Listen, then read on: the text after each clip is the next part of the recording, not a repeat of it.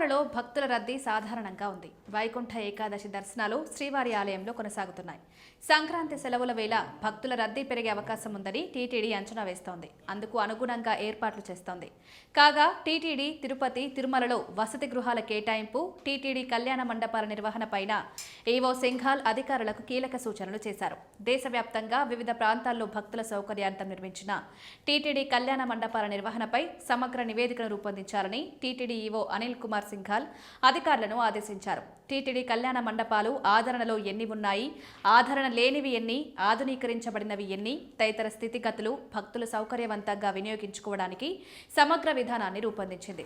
TTD పాలక మండలికి నివేదించాలని తిరుపతి జేఈఓను ఆదేశించారు. టీటీడీ ఆలయాల్లోని తిరువాభరణ రిజిస్టర్లను డిజిటలైజ్ చేసి డాక్యుమెంట్లను రూపొందించారు. టీటీడీలోని అన్ని విభాగాల్లోని మౌలిక వసతులకు సంబంధించి టూల్స్ అండ్ ప్లానింగ్ను ఎప్పటికప్పుడు అప్డేట్ చేసుకోవాలని సూచించారు.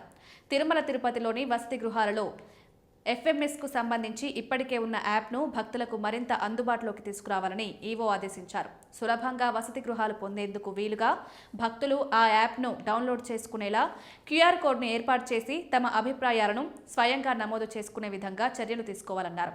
టీటీడీ వసతి గృహాలలో ఫెసిలిటీ మేనేజ్మెంట్ సేవలను మరింత మెరుగుపరిచి భక్తులకు ఎలాంటి ఇబ్బందులు లేకుండా సమస్యలను వెంటనే పరిష్కరించేలా చర్యలు చేపట్టాలన్నారు.